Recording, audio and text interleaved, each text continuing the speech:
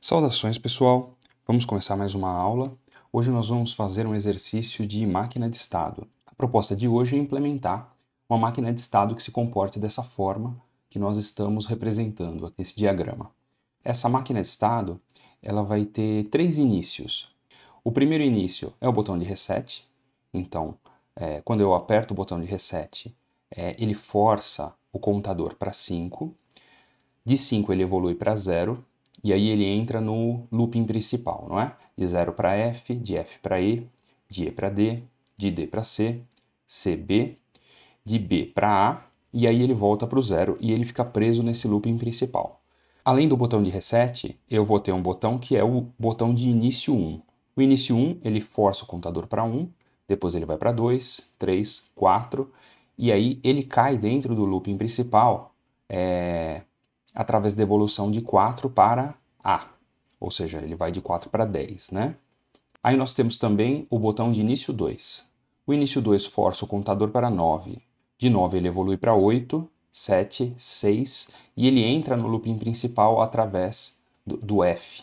Né? Então, através da evolução do 6 para o 15, ele entra no looping principal e ele fica preso nesse looping principal. Para começar a resolver esse problema, nós precisamos modelar essa máquina de estado, não é? Através de uma tabela da verdade, não é isso? Então, como é que eu faço essa tabela da verdade? Eu posso começar aqui pelo início 1, pelo início 2, mas eu escolhi começar pelo reset. Eu começo a minha tabela, eu organizo minha tabela de uma tal forma que eu começo em 5, não é? Quando eu aperto o botão de reset. De 5, ele evolui para 0. De 0 para 15, de 15 para 14, 13, 12, 11, 10.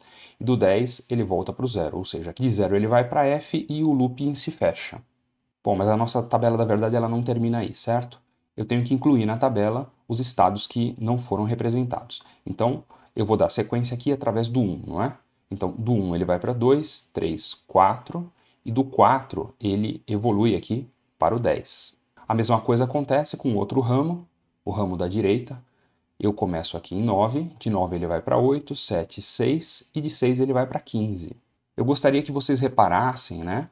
Que, veja, eu começo em 5 e eu termino em 0, não é isso? Mas o 0, depois do 5 eu tenho o 0, não é? E depois do 10 eu também tenho o 0. Para que eu consiga determinar os J's e os K's do 0, eu preciso saber qual é a evolução do 0, não é? E o 0 ele evolui de 0 para 15. Então veja, é por isso que eu tenho aqui ó, J3K3, J2K2, J1K1, né, na segunda linha, mas eu não tenho, né, J3K3, J2K2 aqui na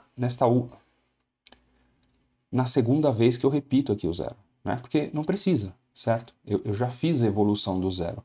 Esse 0 foi colocado aqui nesta linha apenas para que eu possa enxergar a evolução do 10 para o 0.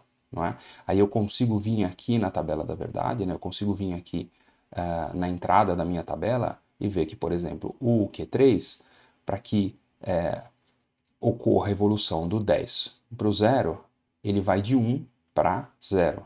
Então, ele indo de 1 para 0, aqui, não é?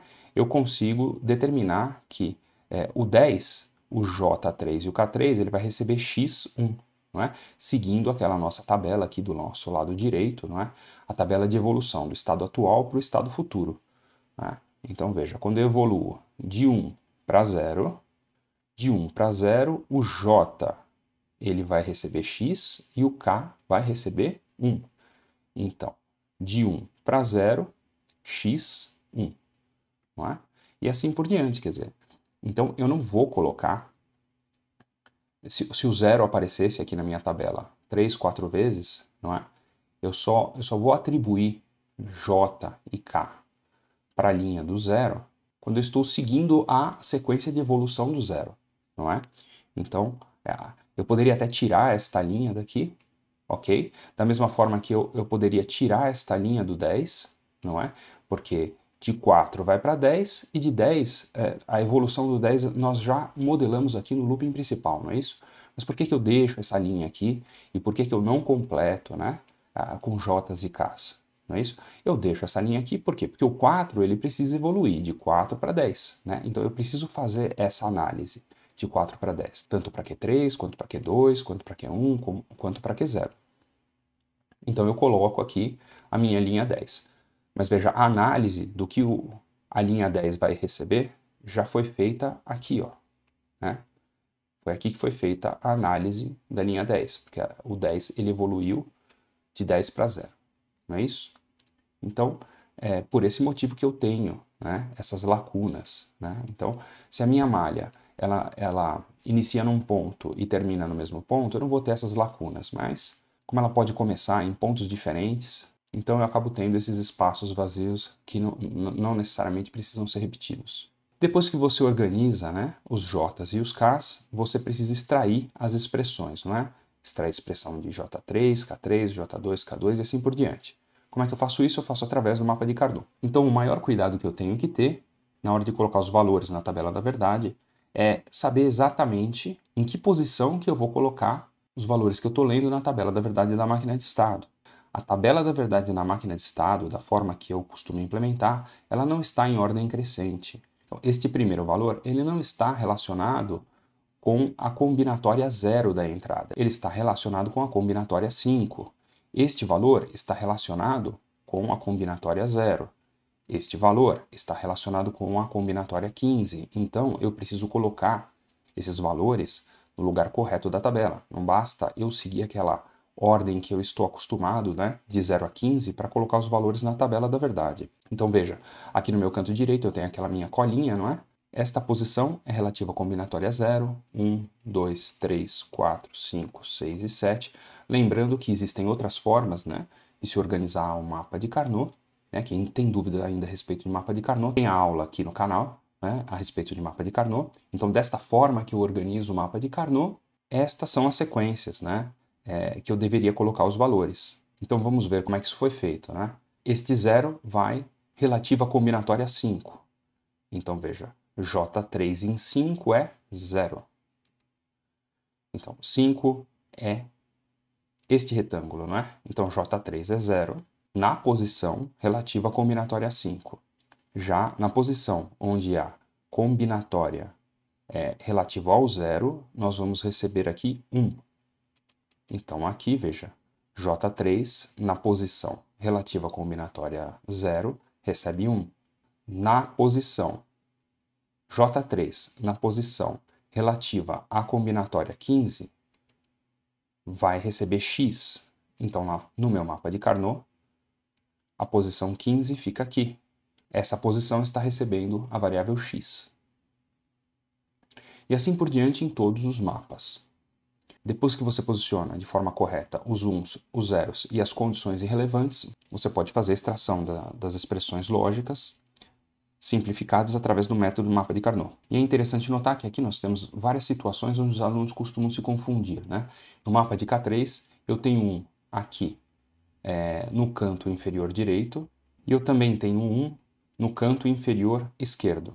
E eu não tenho mais nenhum 1 nesse meu mapa de K3. Mas nas outras duas extremidades eu tenho condição irrelevante e eu tenho condição irrelevante. Então, eu consigo, né, nós sabemos que o mapa de Carnot ele fecha, né, de tal forma que as extremidades elas são todas vizinhas, então eu posso relacionar a extremidade do canto inferior esquerdo, a extremidade inferior direito com a superior direito e esquerdo, formando uma quadra. No mapa de J1 nós temos aquela situação onde a coluna do lado direito ela se fecha com a coluna do lado esquerdo. O mapa de K0 ele também traz uma condição interessante, embora eu tenha valores uns nas duas colunas do meio, as outras colunas são todas x, de tal forma que eu poderia fazer uma associação de 16 elementos. Uma vez que eu selecionei todos os elementos da tabela, significa que eu estou considerando que todos os elementos são iguais a 1. K0 vai ser ligado no nível lógico alto, ou seja, no caso do meu circuito, eu vou ligar ele em 5 volts. Eu poderia ter também uma situação inversa, né? Então, eu poderia ter essas duas colunas do meio sendo 0. Né? Aí, para mim, seria interessante que todos os x fossem 0. Eu não iria selecionar nenhum elemento da tabela. Isso significa que meu K0 seria ligado no nível lógico 0, ou seja, 0 volts. Como vocês podem observar, existem várias condições irrelevantes que acabaram não entrando no agrupamento. Então, quando você não agrupa, automaticamente eles são considerados como se fossem zeros. A expressão lógica que você está extraindo, ela vai gerar zero para os elementos que não participaram ali dos agrupamentos. E automaticamente, quando você leva em consideração uma condição irrelevante dentro de um agrupamento, essa expressão lógica vai gerar valores uns para os elementos que foram associados, né? Que foram colocados dentro dos agrupamentos. Pois bem, uma vez que nós temos aqui as nossas expressões, então nós vamos implementar esse circuito. Para implementar esse circuito, nós vamos usar o simulador Simulid. Então aqui eu já coloquei as expressões lógicas, eu também coloquei aqui as condições iniciais, eu tenho aqui os meus 4 flip-flops, não é? Porque a minha malha tem 16 elementos, né? 16 estados, então eu preciso de 4 flip-flops para poder obter esses 16 elementos, né? Esses 16 estados. Veja que eu liguei esses flip-flops de forma assíncrona, né? Todos os clocks estão ligados juntos. Eu estou usando flip-flops onde o set e o reset eles são ativos por nível lógico 1. O clock do meu flip-flop ele é por borda de subida. Agora, eu poderia estar utilizando flip-flops com acionamento de set e reset por nível lógico 0 e por borda de descida. Então, aqui no Simulid, por exemplo, eu posso pegar aqui o meu flip-flop JK, né? Eu clico 2 vezes em cima dele e eu consigo determinar, por exemplo, o sinal de clock por borda de descida. Eu teria que acionar essa caixa. Então, veja, quando você fecha, você pode ver que aparece uma inversora aqui, não é? Nesse momento, eu estou dizendo para o Simulid que esse flip-flop ele trabalha por borda de descida. Outra coisa que eu posso fazer é trocar o nível lógico das entradas de set e reset. Então, a partir do momento que eu marco aqui a caixa set reset inverted, eu troquei o nível lógico do meu set e do meu reset. Então, dependendo dos componentes com os quais você vai implementar esse circuito, você pode mudar ali o comportamento do simulador. A mesma coisa acontece com as minhas portas lógicas, né? Então, por exemplo, eu tenho aqui minha porta AND, eu consigo clicar 2 vezes na porta AND e, por exemplo, a minha saída eu posso inverter a minha saída, não é? Então, veja, aqui eu já não tenho mais uma porta AND, eu tenho uma porta NAND. Outra coisa que eu posso fazer, veja, eu tenho 2 entradas nessa porta AND, não é? Mas eu posso aumentar a quantidade de entradas dessa porta AND, tá? Então, essas são características aqui do meu simulador, tá? A maioria dos simuladores trabalha com a mesma lógica. Eu acredito que você não vai ter muita dificuldade para simular essa máquina de estado, mesmo que você use outras ferramentas, tá? No nosso exemplo, eu estou utilizando os flip-flops com set reset ativo por nível lógico alto e clock por borda de subida. Então eu queria chamar a atenção para as condições de início da nossa máquina de estado. Então eu tenho a condição de início, que é o reset, né, que ele força o meu contador para 5. Eu tenho o início 1, que força o meu contador para 1. E tenho o início 2, que força o meu contador para 9. Então eu coloquei aqui, não é? Quando eu apertar o botão de reset, eu quero que o Q3 seja 0. Eu quero que o Q2 seja 1, o Q1 0 e o Q0 1. Né? Então, 0, 1, 0, 1, sendo que Q0 é o menos significativo, ele vai fazer com que a saída dos meus flip-flops representem o número 5, assim que eu apertar o botão de reset. O botão início 1 vai gerar, na minha máquina de estado, o valor 1. Então, Q3 tem que ser igual a 0, Q2 igual a 0, Q1 igual a 0 e Q0 igual a 1. No caso de apertar o botão início 2, eu quero o número 9. O número 9, Q3 vai para 1, Q2 0, Q1 0 e Q0 1. Então, sabendo, né, como deve se comportar a saída dos flip-flops, eu consigo implementar os botões que vão gerar o início da minha máquina de estado. Então eu tenho aqui a minha fonte de 5 volts, não é isso? Eu tenho a chave de reset ligada nos 5 volts, o início 1 ligado nos 5 volts e o início 2 ligado nos 5 volts. O outro lado das minhas chaves estão ligados em resistores, e esses resistores estão ligados no nível lógico 0. Então, eu chamo esses resistores de pull-down, porque mesmo quando não há circulação de corrente elétrica, ou seja, quando a minha chave está aberta, esses resistores vão garantir que a tensão na entrada das minhas portas lógicas sejam 0 volts. Agora vamos olhar de novo aqui o que eu quero dos meus flip-flops. No meu flip-flop Q3, quando eu apertar o botão de reset e quando eu apertar o botão de início 1, eu quero que ele vá para 0, ou seja, eu quero que ele seja resetado. Não é? Quando eu apertar o botão início 2, eu quero que ele seja setado. Então veja, tanto para setar o meu flip-flop como para resetar o meu flip-flop, eu preciso de nível lógico 1. Tá? Então, aqui no caso, para resetar o meu flip-flop, tanto reset quanto início 1 tem que estar em nível lógico 1. Ou seja, aqui eu tenho uma lógica OU, né? Então é ou reset ou início 1 vão gerar para mim o reset do flip-flop 3. Ó, perceba que aqui eu tenho uma situação parecida, porque ou início 1 ou início 2 vão gerar o reset do meu flip-flop 2. Aqui no caso, veja, tanto reset quanto início 1 quanto início 2 vão gerar o reset do meu flip-flop 1. Então, eu posso montar a lógica ou reset, ou início 1, ou início 2.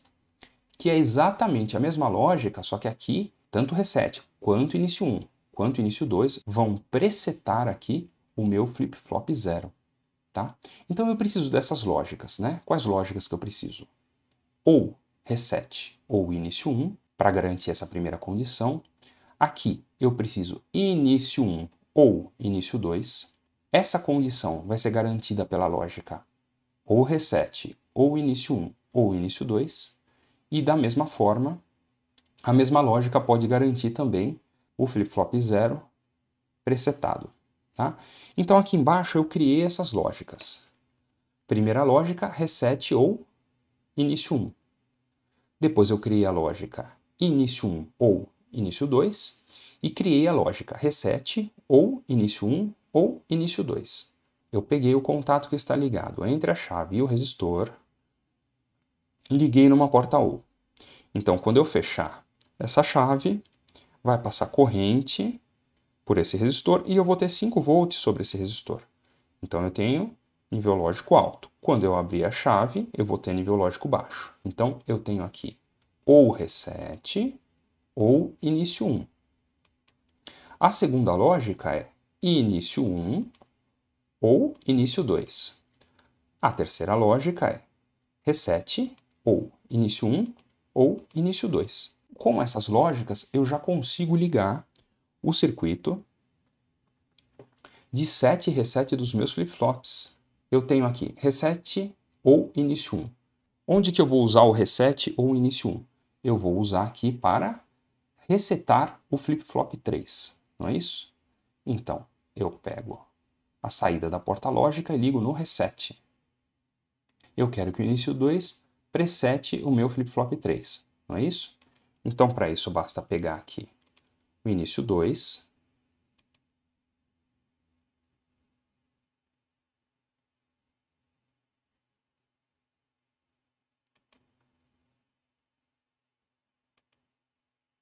e ligar no preset.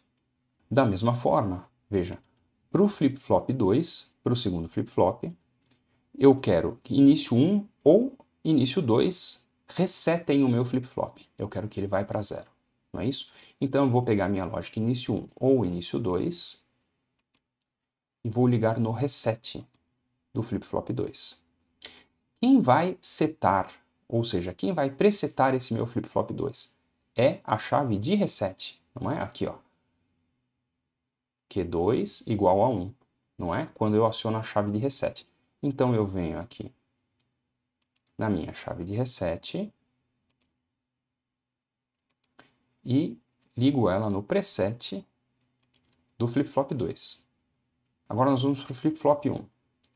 Veja, ou o botão de reset, ou o botão de início 1, ou o botão de início 2 vai resetar o meu flip-flop 1.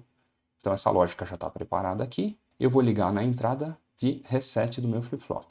Bom, agora, veja, essa mesma lógica ela vai ser usada para setar o flip-flop 0. Então, eu posso pegar a mesma lógica, só que ao invés de ligar no reset, eu vou ligar no preset. Bom, como você pode ver, ficaram duas entradas, né? A entrada de set do flip-flop 1 e a entrada de reset do flip-flop 0 sem nenhuma ligação. Por quê? Porque elas não vão ser utilizadas. Então, nós precisamos lembrar para acionar essas entradas, eu preciso de nível lógico alto, não é isso? Então eu não quero que em nenhuma condição essas entradas de set e de reset, no caso do flip-flop 0, sejam acionadas. Então eu vou ligar, eu vou inutilizar essa entrada, né? Eu vou desabilitar essa entrada. Então eu ligo em nível lógico 0. Então, de novo, por que eu estou ligando em nível lógico 0? Eu estou ligando em nível lógico 0 porque essa entrada ela é ativa por nível lógico alto. Ah, mas e se de repente a minha lógica fosse invertida? Então, aí eu já não posso mais ligar no nível lógico baixo, porque senão a entrada de reset ela ia ficar ligada o tempo todo, não é? Então, eu seria obrigado a ligar no nível lógico alto. Eu teria que pegar isso daqui e ligar, por exemplo, aqui na minha fonte de 5 volts, né? De tal forma que a minha entrada reset ficasse inutilizada, não é isso? Aí você vai falar para mim, ah, bom, mas e com relação à entrada de 7 aqui, né? Eu também inverti o nível lógico dela. Como é que eu faria? Nós levantamos essa lógica toda por acionamento de nível lógico 1, não é isso? Mas aí, de repente, você quer usar numa entrada que é uma entrada invertida, vamos dizer assim. Ela é ativa por nível lógico baixo. Então, veja, em vez de utilizar aqui uma porta AND, não é? Para fazer a lógica, eu usaria uma porta NAND. Ok? Então veja, eu inverti a saída da minha porta AND. Essa inversora, ela é como se ela anulasse a inversora do meu flip-flop, de tal forma que eu continuo podendo modelar esse problema usando o nível lógico alto, né? Poderia ter sido feito ao contrário também, eu poderia ter usado o nível lógico baixo, no caso da minha entrada de reset, ou a minha entrada de set ser ativa por nível lógico baixo, tá? Mas eu prefiro pensar em nível lógico alto e, eventualmente, se a entrada é invertida, eu vou lá e altero, eu coloco uma inversora, não é? Então eu coloco uma inversora na saída da minha lógica. No caso aqui, como a minha lógica é uma porta AND, não é? Eu poderia transformá-la numa porta NAND, ou eu poderia colocar uma porta AND e depois da porta AND colocar uma inversora, que tem exatamente o mesmo resultado, né? De qualquer forma, vamos voltar o circuito para aquilo que nós colocamos como proposta no início do exercício.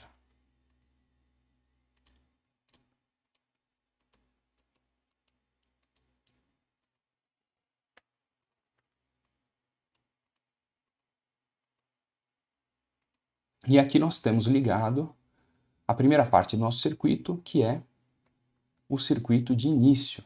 Então, cada vez que eu apertar uma dessas chaves, eu vou começar ou em 5, ou em 1, ou em 9. Agora, nós precisamos ligar as lógicas, né, que vão gerar os J's e os K's, para que a minha máquina de estado realize a contagem dentro daquilo que foi proposto. Eu deixei aqui nesse quadro as expressões que nós obtivemos, né? Então, nós obtivemos aqui a expressão J3, K3, J2, K2 e assim por diante. Eu vou deixar como dica para vocês como é que eu organizo o meu diagrama lógico aqui. Veja, as entradas da minha lógica vão ser justamente as saídas Q e Q barra dos flip-flops. Então vocês devem lembrar na nossa aula, né, as minhas entradas eu represento como linhas verticais, não é isso? Então aqui eu posicionei os flip-flops de tal forma que eu pudesse puxar linhas verticais das saídas Q e Q barra. Fazendo isso, eu posso pegar a entrada das minhas portas lógicas e conectar, né, na horizontal, em cada uma das respectivas entradas. Mas antes de sair fazendo as conexões, veja, eu olho aqui para a minha expressão e eu sei que eu vou ter um OR entre duas portas AND, não é? Então eu coloco aqui a minha porta OR e ligo nela duas portas AND. Esse padrão de ligação, ele vai me garantir aqui o J3. No caso aqui do Simulid, eu cliquei duas vezes aqui em cima da porta AND e eu dei um nome para essa porta AND, eu chamei ela de J3 e pedi para exibir essa label na minha porta lógica, de tal forma que eu sei que essa lógica de saída aqui representa para mim o J3. O K3, eu vou precisar apenas de uma porta AND, não é? Então eu venho aqui e coloco a minha porta AND. Na saída dela, eu coloquei o nome K3.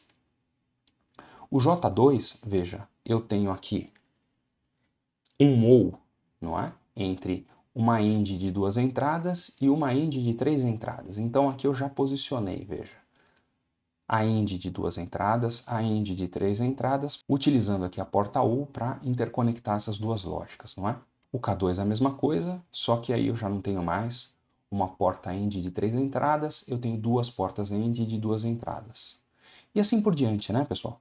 Então, a única coisa que muda aqui, no J0, veja, no J0 eu vou precisar de uma OU de 3 entradas, e nessa OU de 3 entradas vão ligadas portas end de 2 entradas. Tá? Então, eu montei, vamos dizer assim, o esqueleto da minha lógica, não é? Organizei esse esqueleto na vertical, justamente para que eu possa pegar os terminais de entrada e traçar linhas horizontais interconectando com as linhas verticais. O J3 eu tenho que ligar Q1 barra, então meu flip-flop 1, eu vou pegar Q1 barra e vou ligar na primeira porta end. Depois eu tenho Q0 barra ligado nessa mesma porta end, então Q0 barra ligado na mesma porta end. Na outra porta end eu tenho Q2, então eu tenho Q2,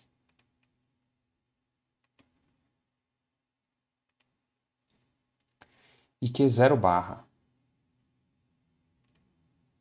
Veja que agora começa a aparecer aqui as minhas linhas verticais, não é isso?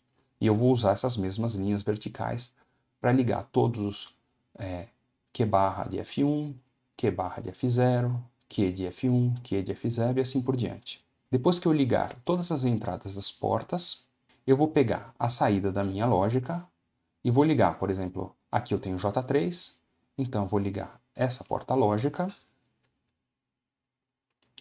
na entrada J3. A saída de Q3, a saída da lógica de Q3, eu vou ligar na entrada Q3. Da mesma forma que eu vou pegar J2, a saída da lógica J2 vou ligar na entrada J2, K2 vou ligar na entrada de K2, e assim por diante. A visualização do meu computador eu vou fazer através desse display de 7 segmentos, que nele já existe embutido um conversor. Eu vou entrar com o código binário e ele vai fazer a conversão para a representação display de 7 segmentos. Então, eu não vou ligar, nesse caso desse exercício, eu não vou ligar as saídas Qs nos LEDs, mas eu vou ligar as saídas Qs no meu display. Da mesma forma, eu vou pegar aqui essa entrada, que é a mais significativa do meu display,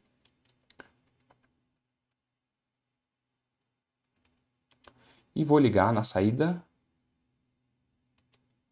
Q do flip-flop 3. Vou pegar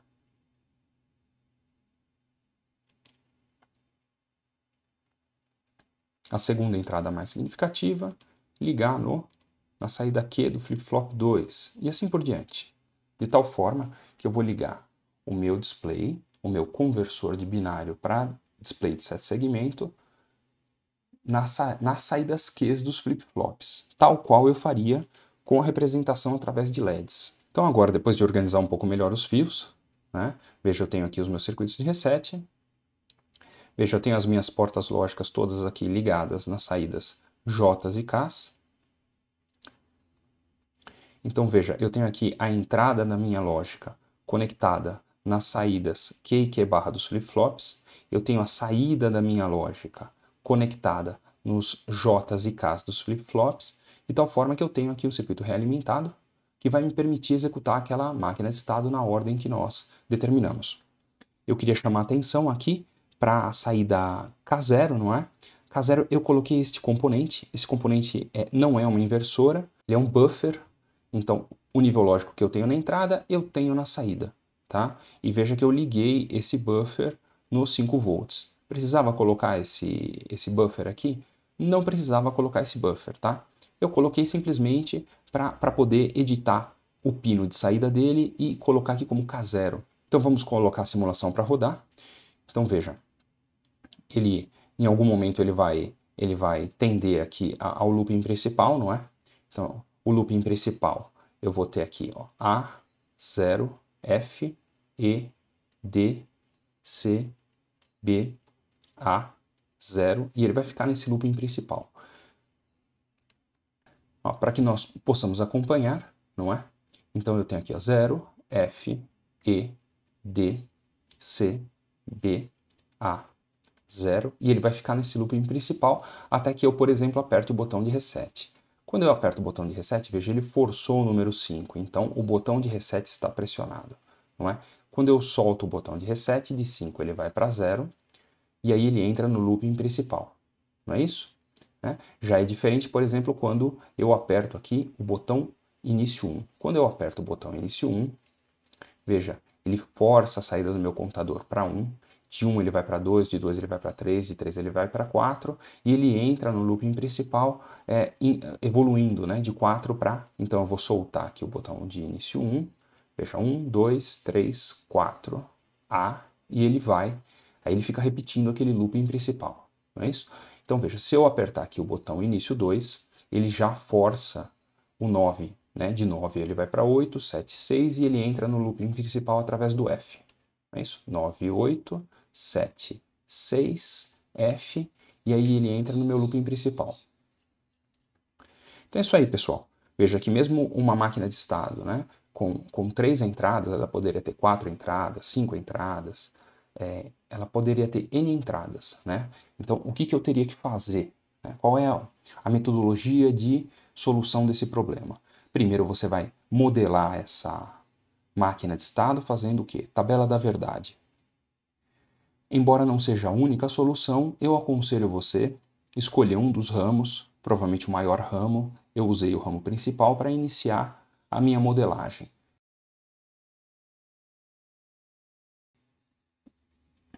Monte a tabela na ordem que os estados estão aparecendo.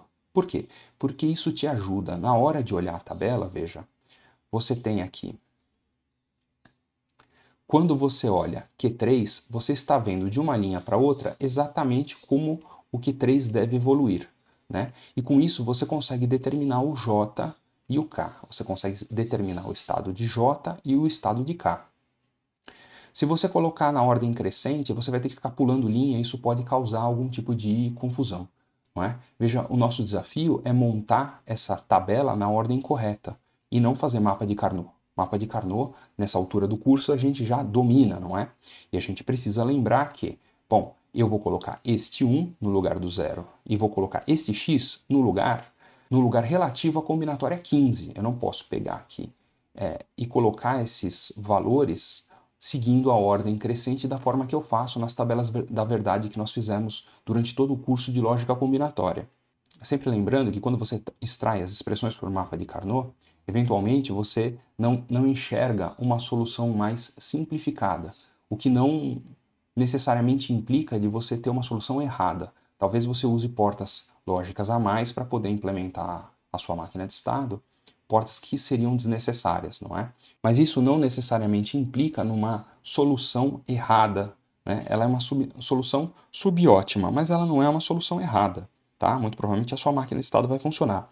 A sua máquina de estado só não vai funcionar caso você coloque os elementos nos lugares errados ou não consiga executar o procedimento de extração da expressão lógica através do mapa de Carnot de forma correta. Depois que você tem as expressões lógicas e que você definiu quais são os níveis lógicos iniciais, né, os níveis lógicos que você gera através das entradas assíncronas, né, porque vamos lembrar que o set e o reset são entradas assíncronas, elas independem do clock, não é isso? Então a primeira coisa que eu tenho que definir são as lógicas dos botões de início e ligar as entradas de set e reset. Não posso esquecer que eu não posso deixar as entradas de set e reset abertas. Não é? Caso eu não utilize uma determinada entrada, eu preciso estabelecer um nível que faça com que ela não acione no decorrer do funcionamento da minha máquina de estado. Então, aqui no caso, eu atribuí nível lógico 0 para entrada 7 do flip-flop 1 e nível lógico 0 para a entrada reset do flip-flop 0, porque elas não vão ser utilizadas pelas minhas lógicas de início. Depois disso, eu preciso implementar as lógicas que vão gerar os J's e os K's nos meus flip-flops. Essa lógica ela é gerada através da leitura do estado atual da minha máquina de estado, não é? Então eu faço isso observando Q e Q barra. Lembrando que eu não preciso usar porta lógica inversora. Por quê? Porque eu tenho tanto Q quanto Q barra e eles têm que ser um inverso do outro. Caso contrário, o teu flip-flop está com algum tipo de defeito. Sempre que eu vou implementar isso na prática, eu preciso saber se tanto a saída Q quanto a saída Q barra estão funcionando. Depois de ligar as entradas da minha lógica, eu preciso ligar as saídas, não é? A minha lógica ela vai gerar os J's e os K's, que vão fazer com que os flip-flops, após o pulso de clock, indiquem na saída Q o estado futuro, né? Que aí já passa a não ser mais o estado futuro, passa a ser o novo estado atual. Por uma questão de convenção, nós convencionamos no curso que nós iríamos usar a saída Q para indicar a contagem da nossa máquina de estado.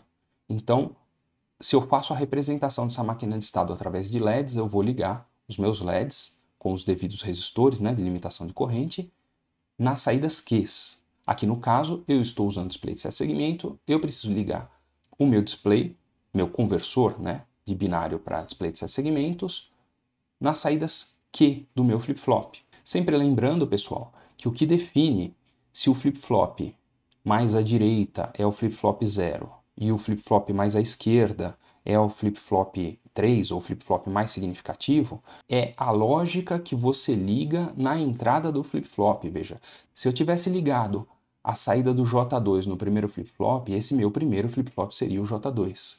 Tá? Então, na hora que a gente está fazendo a montagem na prática, você precisa tomar muito cuidado. Onde que você liga a lógica, né? É a lógica que define. Tá? Aqui, como eu tenho todos os meus flip-flops ligados no mesmo pulso de clock, quem vai definir qual é o flip-flop mais significativo, menos significativo, é a lógica que você ligar nas entradas J e K daquele flip-flop. E com isso, pessoal, nós encerramos nossa aula. Essa montagem é uma montagem mais complexa, mas tenho certeza que com um pouco aí de dedicação, um pouco de paciência, você também vai conseguir fazer funcionar, tanto no simulador como com componentes reais aí no protoboard. Tá ok? Forte abraço, até a próxima aula.